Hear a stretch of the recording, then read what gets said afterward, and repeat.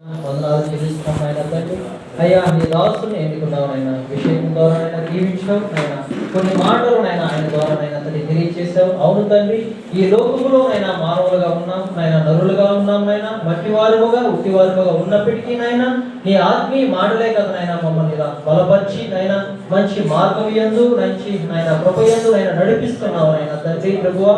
అవును తండ్రి, దుర్నీతి అనేది నాయన ఈ లోకములో నాయన అయ్యా దుష్టుడు అనబడిన వాడు నాయన అనేక మందిని వెళ్ళుకొని నాయన నీ ప్రేమకి నాయన లోపడనీకున్నట్లుగా వాడు నాయన ఎంతగానో వాడు నాయన విడిపిస్తున్నాడు నాయన.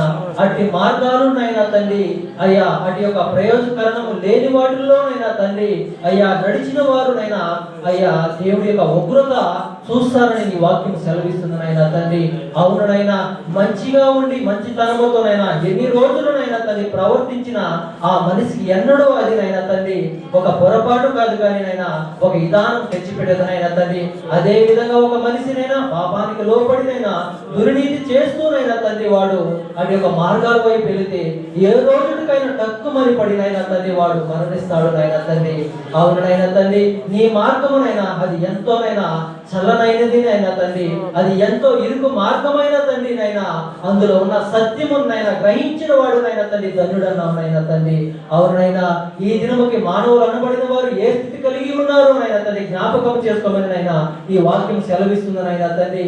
అయ్యా దానియేలు జీవితంలో మేము చూసినట్లయితే నైనా తండ్రి అక్కడ ఉన్న పరిచయులు కావచ్చు, సుంకరులు కావచ్చు నైనా అనేకనైనా విధమైన మనుషులనైనా తండ్రి ఆ ఒక్క వ్యక్తి మీద నైనా తండ్రి నానా విధమైననైనా తండ్రి అయ్యా నిందలు మోపినప్పటికీ నైనా తండ్రి అయ్యా నీవు ఎన్నుకున్న మనుషుడు నైనా తండ్రి, నీ కృపలో దీవించబడ్డ మనుషుడు నైనా తండ్రి అయ్యా సింహాలు గోమలో వేసినా తండ్రి నైనా అతని మీద ఎంతగానో అపాయం వచ్చినప్పటికీ నా తండ్రి ఇదిగోనైనా ఆకాశం నుంచి నీ వెలుగును నైనా తండ్రి ప్రకాశవంతంగానైనా ఆ బిడ్డ మీద నింపినైనా తండ్రి ఆ బిడ్డను జయించే విధముగానైనా నీవునైనా దీవించావు నైనా తండ్రి.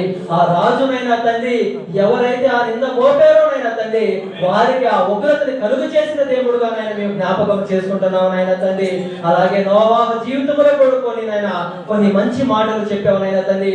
ఆ జల ప్రవాహం నైనా వస్తుందన్నప్పుడు నైనా తండ్రి ఆ బిడ్డకి నీవు తెలియచేసిన మార్గాలను నైనా తండ్రి ఇష్టపడ్డాడు, ఎన్నుకున్నాడు కొనుకనైనా తండ్రి అయ్యా అభివృద్ధి చెందాడు నైనా ఆ దుర్నించి నైనా అయ్యా తప్పించుకున్నాడు నైనా. ఈ లోకములో ఈ వాక్యమునైనా ఇన్ని ఉన్నామనైనా తండ్రి మేము మెలకువ కలిగి ఎక్కువ ప్రయాణములోనైనా తండ్రి ఏది ప్రవర్తించాలో ఏదో ప్రవర్తించకూడదని నాయన తండ్రి మేము తెలుసుకోవాలి నాయన తండ్రి. ప్రతి బిడ్డ హృదయాన్ని తాకే దేవుడు నాయన తండ్రి నీవు నాయన ఆ హస్తము నాయన తండ్రి ఏ దినము ఆ మానవుడు విని ఆ యొక్క అభిషేకము పొందుకుంటాడో అప్పుడు మంచి మార్గము ఏదో నడుస్తాడని నీ వాక్యం సెలవిస్తున్న కనుక నాయన ఇది మంచి వాక్యమునైనా తండ్రి నీ దాసుని ఎందుకు నీ మెల్లని స్వరముతోనైనా ప్రతి బిడ్డతో మాట్లాడినందుకు నాయన నీకు వందనాలు స్తుతులు స్తోత్రాలు చెల్లిస్తూ అయ్యా ఈ సమయంలోనైనా నీ పాదాలకి నాయన నీ నామానికి గొప్ప చెప్పుకుంటూ యేసయ్య నామములో అడిగి వేడుకుంటున్నాము తండ్రి. ఆమేన్. హల్లెలూయా. ఉన్నా లేకున్నా దేవుడు